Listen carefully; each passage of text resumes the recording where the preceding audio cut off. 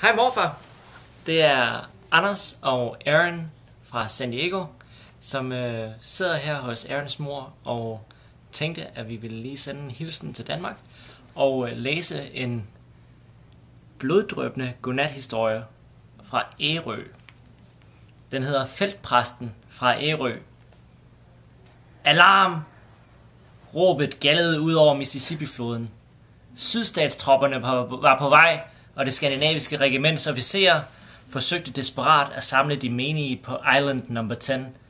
Det var koldt, mørkt og regnfuldt, men Claus Clausen fra Ærø var hurtigt på benene. 41 år gammel, far til 5 og feltpræst. Samtidig var Clausen en af de mest respekterede skikkelser blandt de skandinaviske udvandrere, og på den smalle ø mellem Kentucky og Tennessee viste han, ifølge overleveringen, endnu en gang hvorfor. I forvirringens mørke forsøgte en menig at slippe for den forestående kamp, men Clausen opdagede manden. Den danske feltpræst prøvede med både overtagelse og opsang, men intet hjælp.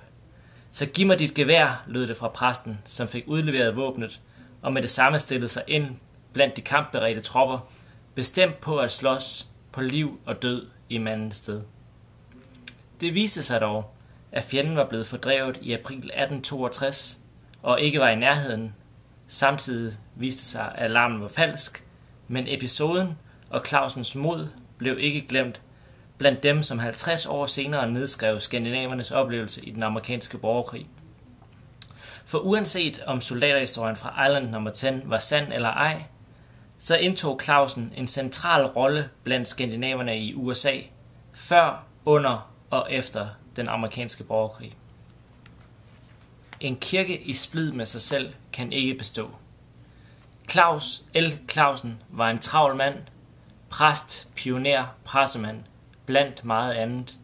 Før borgerkrigen havde den ærøske udvandrer stået i spidsen for avisen Emigranten, anlagt kolonien St. Ansgar i Iowa, bygget kirke, posthus, været udnævnt til fredsdommer og valgt ind i Iowas legislatur. Men Clausens primære passion var præstegerningen, og netop Clausens kirkelige virke førte Ærøboen ind i en strid, som set med eftertidens øjne blev hans vigtigste eftermæle. Den danske indvandrer spillede nemlig en afgørende rolle i den slaveridebat, som rasede blandt de skandinaviske præster i årene op til den amerikanske borgerkrig, og i særdeleshed efter krigens udbrud i april 1861.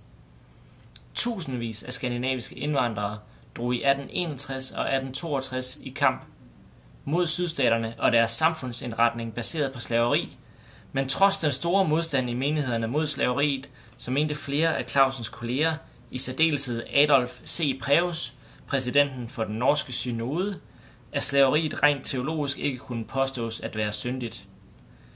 Skønt det efter Guds ord i og for sig ikke er synd at holde slaver, så er det dog et onde og en straf fra Gud, og vi fordømmer alle de misbrug og synder, som er forbundet dermed, ligesom vi når kaldspligt kræver det, og kristelig kærlighed og visdom byder det, ved arbejde for dets ophævelse, skrev Preus. Slaveriet var ikke et onde, men altså ifølge Preus ikke en Slaveriet var et onde, men altså ifølge Preus ikke en synd. Til gengæld var alt det, som var forbundet med slaveri, syndigt, mente nordmanden. For de tusindvis af skandinaviske indvandrere, der udgjorde den norske kirkes menigheder, virkede de norske præsters position besynderlig. Menighederne var næsten uden undtagelse modstandere af slaveriet, og det samme var den skandinaviske presse. Hvorfor kunne den norske kirkes præster søndag efter søndag påstå, at slaveriet ikke var syndigt? Den første præst, som offentligt skar igennem tvetydighederne, var Claus L. Clausen. I et indlæg sendt til den avis, han selv tidligere var redaktør for, skrev Ærøboen et indlæg under titlen Tilbagekaldelse. Den affødte en offentlig debat med Preus og hans teologiske tilhængere. Baggrunden var et møde i den norske synode, hvor præsterne i fællesskab, heriblandt Clausen, tidligere på året havde underskrevet en erklæring om slaveriet.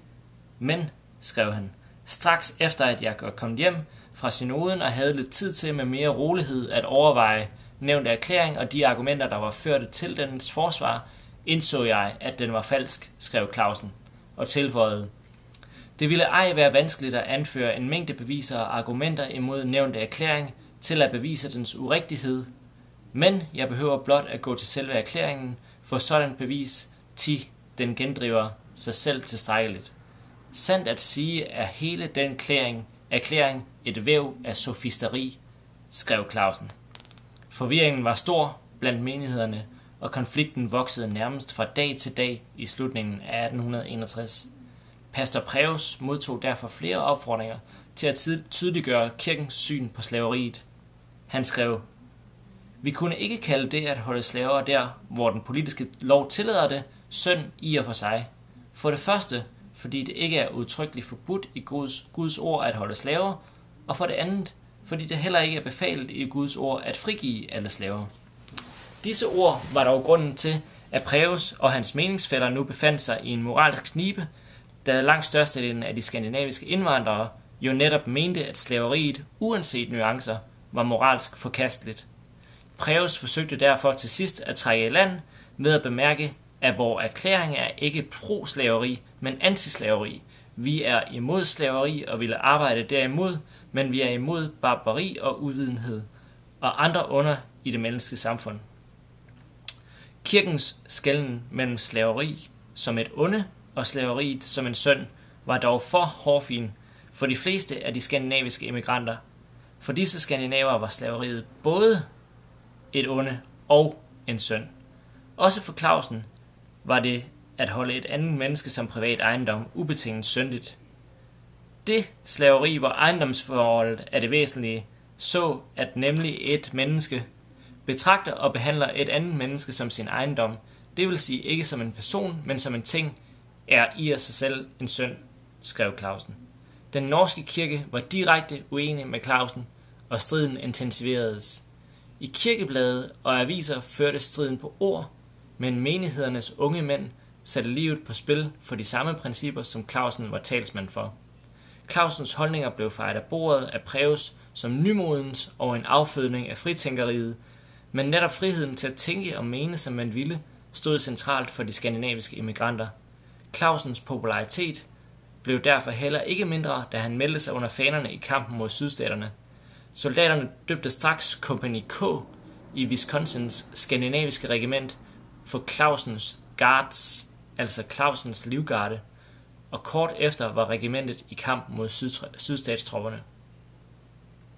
Det næste afsnit hedder Handling bag ordene, men det læser jeg i en anden udgave af den her godnathistorie. Aaron og jeg siger rigtig